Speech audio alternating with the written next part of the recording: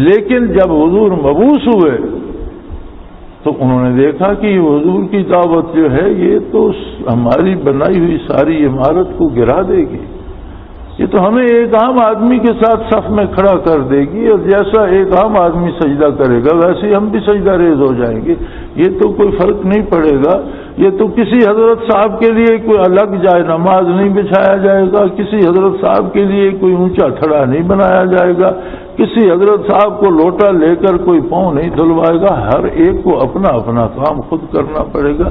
یہ سب میں اس لیے کہہ رہا ہوں کہ مرور زمانہ کے ساتھ ہمارے اندر بھی وہ چیز آ گئی ہے، اور مسلمانوں نے بھی دین میں ایک الگ ایک شعبہ بنا لیا، اور یہ صرف ان لوگوں نے بنایا ہے جن کی روزی روٹی دین سے وابستہ ہے، جو روزی ہی دین سے کھاتے ہیں اور کوئی کام نہیں کرتے، مزدوری نہیں کرتے، ملازمت نہیں کرتے، تجارت نہیں کرتے، کوئی جو کسب کاشتکاری نہیں کرتے۔ کسب معاش کے معروف ذرائع ہیں 4، معیشت کے 4 معروف ذرائع ہیں، جن میں بنیاد ہے کاشتکاری، اللہ کے بارگاہ میں محنت کرے، اللہ کی زمین پہ ہل چلائے، مزدوری کرے، اللہ کریم اسے رزق دے۔ دوسرے نمبر پر ہے تجارت، اس کے پاس کاشتکاری کے لیے زمین نہیں ہے تو زیادہ پیسہ کوئی ضروری نہیں کہ تجارت کروڑوں میں ہی ہو۔ نبی کریم صلی اللہ علیہ وسلم کے پاس ایک شخص حاضر ہوا اور اس نے عرض کی یا رسول اللہ کہ میرے پاس کھانے کو کچھ بھی نہیں ہے اور میرے گھر میں کچھ نہیں ہے اور بچے فاقوں سے مر رہے ہیں، تو آپ صلی اللہ علیہ وسلم نے فرمایا کہ تمہارے گھر میں کچھ تو ہوگا۔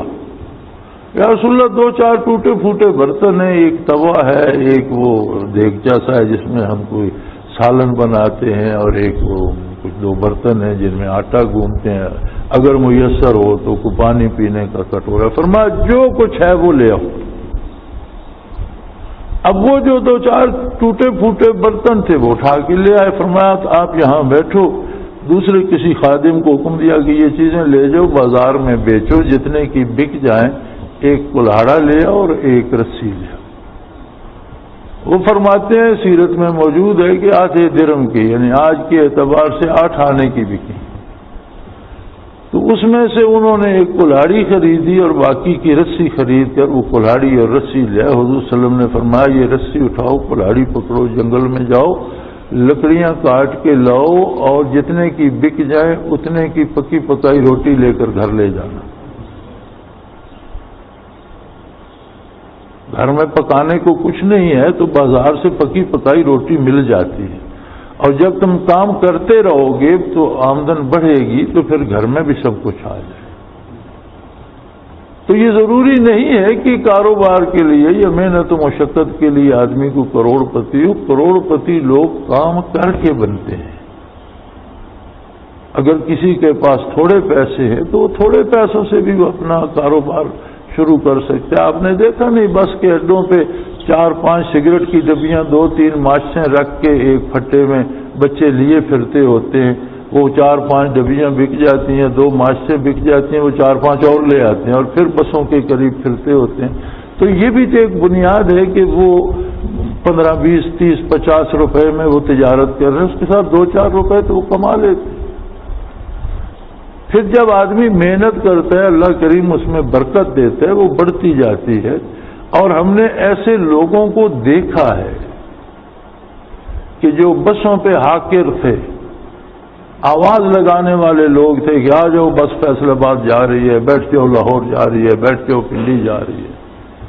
پھر انہوں نے بسوں میں حصے ڈالے، پھر ان کی بسوں کی کمپنیاں ابھی تک چل رہی ہیں، پھر وہ کارخانوں کے مالک بنے، اور ہم نے اپنی آنکھوں سے دیکھا کہ پھر انہوں نے اپنی ضرورت کے لیے پرائیویٹ جہاز اسی پاکستان میں رکھے، اور ایک شہر سے دوسرے شہر ان کے بچے سکول جاتے تھے تو ذاتی پرائیویٹ ہوائی جہاز پہ جاتے تھے۔ تو کاروبار کے لیے ضروری نہیں ہے کہ بندہ کروڑ پتی ہو، کہیں سے بھی جو کچھ اس کے پاس ہے اس سے شروع کر لے، دیانت سے محنت کرے، اللہ کریم برکت دے دیتے۔ تو اگر آدمی کاروبار، یہ تجارت دوسرا ہے۔ تیسرا ہے ملازمت، کہ آدمی ملازمت کرے، محنت کرے، کام کرے۔ یا پھر مزدوری کر لے، کچھ بھی نہیں ہے پاس، مزدوری کر لے، اس میں تو کچھ خرچ نہیں ہوتا، پلے سے کچھ نہیں دینا پڑتا، کچھ آتا ہو، کوئی ہنر پاس ہو، ملازمت مل جاتی ہے، اگر پڑھا لکھا نہیں ہے کچھ بھی نہیں، مزدوری کر لے، مزدوری سے بھی چار چار آنے بچاتا رہے تو ایک موقع آ جائے گا کہ وہ تجارت کر سکتا ہے، اپنی آمدن بڑھا سکتا ہے۔ مزدوری میں بھی کوئی فن سیکھ لے گا، میں 11 اینٹیں پکڑاتا ہے تو آدھی مزدوری ملتی ہے، اور اگر اینٹیں لگانا کا فن سیکھ جاتا ہے تو مزدوری 2 گنا ہو جاتی ہے، مزید وہ اس پہ تعمیر کے فن سے جتنا واقف ہوتا جاتا ہے مزدوری بھی بڑھتی چلی جاتی ہے۔ تو یہ جو 4 معروف ذرائع ہیں حصول رزق کے، اگر کوئی ان میں سے کوئی ذریعہ بھی اختیار نہیں کرتا اور وہ سمجھتا ہے کہ میں دین کی خدمت کر رہا ہوں تو وہ غلط سمجھتا ہے۔ دین ذریعہ معاش نہیں ہے، اور جب بھی دین ذریعہ معاش بنے گا گمراہی پھیلے گی، بدعات بڑھیں گی، رسومات بڑھیں گی، رواجات بڑھیں گے، دین چھٹتا چلا جائے گا اور رواجات دین کی جگہ اختیار کرتے جائیں، فرائض چھوٹ جائیں گے لوگوں سے اور لوگ رسومات میں قید ہو کر رہ جائیں گے۔ آج ہم اگر اپنا حال دیکھیں تو آج کا ہمارا حال ویسا ہی ہے جیسا یہود و نصارہ کا ہوا تھا کہ ان کے وہ بن گئے تھے پیر خانے اور بڑے بڑے مولوی خانے اور خانقاہیں، اور وہی دنیا و آخرت بانٹ رہے تھے، اور باقی لوگوں کو عمل کی فکر نہیں تھی، حرام کا کماتے یا حلال کا کماتے انہیں جا کر دے آتے اور اپنے گناہ بخشوا آتے۔ آج ہمارا بھی دیکھ لے، کوئی میرے خیال میں میں نہیں سمجھتا کہ کوئی ایک ایسی مسجد آج کے دور میں تعمیر ہو رہی ہو جس پر یہ شرط ہو کہ صرف حلال کا پیسہ دیجیے گا، حرام نہیں دیجیے گا۔ اور خیراتی ادارے بن رہے ہیں، دیکھو کیسی عجیب بات ہے کہ پیشہ ور عورتوں کو بلا کر فنڈز جمع کیے جاتے ہیں۔ یہ کس لیے ہے جی؟ یہ خیراتی ادارے کے لیے۔ یہ کون سی خیرات ہے؟ لن تنالوا البر حتى تنفقوا مما تحبون، یہ کوئی نیکی نہیں ہے کہ جو چیز تم اپنے لیے پسند نہیں کرتے وہ اللہ کی راہ میں خرچ۔ یہ کون سی نیکی ہے کہ اپنے گھر تو حلال گوشت لے جاؤ اور غریب کے لیے تم کتے کا گوشت دو، حرام گوشت دو؟ یہ نیکی کون سی نیکی ہے؟ یہ کون سی غریب پروری ہے کہ پیشہ ور عورتوں کو آپ ہندوستان تک سے بلا لیں، وہ ہندو بھی ہوں، اس کے بعد پیشہ ور بھی ہوں، کنجریاں بھی ہوں، اور پھر وہ ڈانس کریں، گانے گائیں، اور اس پہ پیسہ جمع ہو، اور اس پہ آپ کے میں ہسپتال چلا آ رہا ہوں۔ کیا آج ہماری قیادت سب کچھ یہی نہیں کر رہی؟ یہ کیوں کر رہی ہے؟ اس لیے کہ ہم دین کو پیشے کے طور پہ اختیار کرتے اور اس سے پیسہ کمانا چاہتے ہیں۔ بڑی بڑی خانقاہوں میں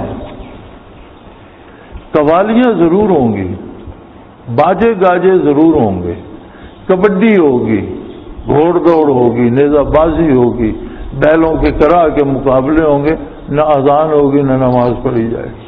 یعنی ایک نہیں، میں آپ کو یہ ہزاروں دربار دکھا سکتا ہوں اپنے ارد گرد یہیں، کہ دن بھر وہاں 2-2 4-4 دن میلہ ہوتا رہے گا، اس میں تماشے ہو رہے ہیں، پھر اس میں وہ مٹھائیاں بک رہی ہیں اور دکانیں بنی ہوئی ہیں اور یہ ہے اور وہ ہے، اذان کوئی نہیں ہوتی، نماز کوئی نہیں ہوتی، اور وہ سب کچھ باعث نجات بھی سمجھا جاتا ہے۔ مزے کی بات یہ ہے کہ اس سارے کو دین سمجھا جاتا ہے، ثواب سمجھا جاتا ہے، باعث نجات یہی وہ بات تھی جو یہود و نصارہ میں تھی، اور جس پر اسلام نے لا الہ کی ایسی سخت ضرب لگائی کہ اسے چور چور کر دیا۔ وہ اس لذت کام و دہن کو چھوڑنا نہیں چاہتے۔ یہ جو دنیا ہے یہ بڑی میٹھی، بڑی خوبصورت اور بڑی لذیذ ہے۔ یہ جو کہہ دیتے ہیں نا یہ دنیا بڑی خراب ہے، یہ جھوٹ بولتے ہیں۔ خود یہاں تک دنیا میں ڈوبی ہوئے، اتنی خراب ہے تو تم کیوں ڈوبے پڑے ہو؟ خراب جو ہے تو تم کیوں ڈوبے پڑے ہو؟ میرے بھائی، جتنا اچھا گھر، جتنا آرام دہ بستر، جتنا بہترین کھانا ہو اتنا مزہ آتا ہے، جتنی اچھی گاڑی ہو اتنا مزہ آتا ہے۔ میں نے لی ہے بہت اچھی گاڑی ہے، دنیا میں پہلے نمبر کی گاڑی ہے، بڑا مزہ آتا ہے بیٹھ کر۔ پھر ہم ناشکری بھی کریں کہ ابھی دنیا خراب ہے. خراب کیوں ہے؟ اور اللہ نے اور اسلام نے دنیا کو استعمال کرنے سے روکا بھی نہیں ہے. محنت کرو، حلال کماؤ، خون پسینہ لگاؤ، اچھا کھاؤ، اچھا پہنو. اچھا کھانا، اچھا پہننا، اچھی گاڑی رکھنا بھی اللہ کا شکر ادا کرنے کا ایک طریقہ. اما بنعمت ربک فحدث، اللہ کی نعمتیں بیان کرو. تمہارے لباس سے، تمہارے اٹھنے بیٹھنے سے، تمہارے کھانے پینے سے، تمہارے گھر سے، تمہارے آنے جانے سے پتہ چلے کہ اس پر اللہ کا اتنا احسان ہے تو سب کچھ اس کا. اس وقت اس لمحے موت آ جائے، الحمدللہ تیار بیٹھے. ہمیں کوئی گاڑی کی فکر نہیں کہاں جائے گی، کوئی جائیداد کی فکر نہیں کہاں جائے گی، کوئی مکانوں کی فکر نہیں. اس لمحے موت آ جائے، اس لمحے تیار ہے الحمدللہ. سب کچھ اللہ کا مال ہے، ہمیں بخشا ہے، اس کی مہربانی. ہمارا وقت پورا ہو جائے گا، جسے چاہے گا اسے دے دے گا. ہمیں کیا فکر ہے، ہمارا اس میں کیا ہے. لیکن اگر اللہ سے تعلق نہ ہو، نبی کریم صلی اللہ علیہ وسلم سے تعلق نہ ہو، درد دل نصیب نہ ہو، لذت آشنائی نصیب نہ ہو، تو پھر یہی دنیا جو ہے یہ جان کو آ جاتی ہے. پھر بندہ مرنے لگتا ہے کہ ہائے کیا ہوگا، یہ میرا پیسہ کہاں جائے گا، یہ آمدن رک گئی تو کیا ہوگا، لوگ مجھے پیسے دیتے نہیں دیں گے تو کیا ہوگا. اور پھر پیسے نکالنے کے نئے نئے ہیلے تلاش کرتا ہے. جی آج کیا ہے، جی آج بڑی 11ویں ہے، آج کیا ہے، آج چھوٹی 11ویں ہے. پہلے تو 11ویں کا کوئی وجود نہیں، پھر اس میں بڑی چھوٹی کہاں سے آ گئی. پھر ہر مہینے 11ویں ہے، اب 11ویں تو ہر مہینے کی 11 تاریخ کو آنی ہے. تو یہ سارے ہیلے کیا ہیں؟ لوگوں سے پیسے نکلوانے کے ہیلے. اور لوگ ایسے سادے ہیں بیچارے، گھر میں بچے بھوکے ہیں، پیسے جمع کر کے لے جائیں گے، گاڑیوں کے ساتھ لٹک کر دھکے کھاتے جائیں گے. کوئی ایکسیڈنٹ ہوگا تو مارے جائیں گے، پوچھنے والا بھی کوئی نہیں. پیسے پیر صاحب کو دے آئیں گے، واپس آئیں گے تو 3 دن کی باسی روٹی کا اتنا سا ٹکڑا اٹھاؤ. یہ کیا، یہ لنگر ہے، گولی مارو اس لنگر کو، بچے بھوک سے مر رہے ہیں، پیر صاحب عیش کر رہے ہیں، تمہارے لیے یہ روکھا ٹکڑا بچا ہے. اس سے برکت ہوگی کیا؟ خاک برکت ہوگی. اس پیسے سے کیوں نہ برکت ہوگی جو تم نے کرائے میں ضائع کیا، جو وہاں شیرینی پر دے کر ہے. اور ایسے عجیب عجیب یعنی سمجھ نہیں آتی. ایک ہمارا عزیز ہے، وہ کہیں ایک خانقاہ پہ جاتا ہے تو مجھے وہ ٹیکسی جو لے کے جاتا ہے وہ ٹیکسی والا بتا رہا تھا کہ راستے سے مٹھائی کا ٹوکرا خریدا، اب گاڑی میں بیٹھا ہے اور ٹوکرا سر پہ رکھا ہوا ہے کہ ٹوکرا تو سر پہ لے کے جاتا. ایسی حماقتیں یہ سمجھ میں نہیں آتی کہ سر پہ رکھا ہوا ہے تو بھی بوجھ تو گاڑی پر ہی ہے، تم کو پیدل جا رہے ہو. اگر تم نے گاڑی میں بیٹھ کر ٹوکرا سر پہ رکھ لیا تو بوجھ تو گاڑی پر ہی ہے. تو سیٹ پر یا ڈگی میں رکھ دو تو بھی بوجھ گاڑی پر نہیں. جی بس وہ بے ادبی ہوتی ہے، سر پہ اٹھا کے لے کے جا. یعنی یہ دین کی کون سی شک ہے؟ تو یہی وہ یہود و نصارہ کا طریقہ تھا.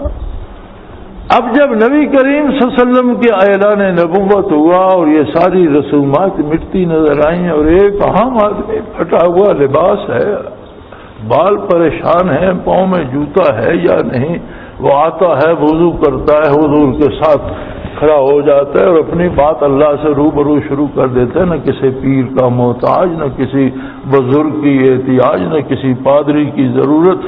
بندہ ہے، رب العالمین سے اپنی باتیں کر رہا ہے، دکھ سکھ کہہ رہا ہے، دل کا حال کہہ رہا ہے. اب پادریوں نے کہا مارے گئے، ہم تو رہے ہی کوئی نہیں.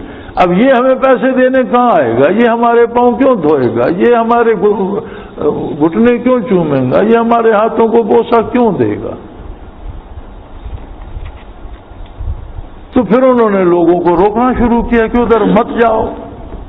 تو اللہ کریم نے فرمایا بڑے پیار سے، اللہ بہت غفور الرحیم، بڑے پیار سے میرے حبیب ان سے یہ تو کہو کہ خود کو اہل کتاب کہتے ہو اور اللہ کی کتاب کو ماننے سے لوگوں کو روکتے ہو. کیسے عجیب لوگ، یعنی خود اپنا نام اہل کتاب رکھتے ہو، یا اہل الکتاب ہے، تم اہل کتاب کہلاتے ہو، اپنا نام اہل کتاب رکھو، لم تصدون عن سبیل اللہ، تو پھر اللہ کی راہ سے روکتے کیوں ہو؟ اس کا مطلب ہے کہ تم اپنی کتابوں کو بھی منکر ہو، تم نے نام اہل کتاب رکھا ہوا ہے، تم ہو مشرک اور تم ہو کافر۔ اللہ کی راہ سے روکنا تو کفر ہے، تم تو کافر ہو، تم نے تو اللہ کے بیٹے مان لیا، تم تو مشرک ہو، تم نے تو اللہ سے شرک کر لیا۔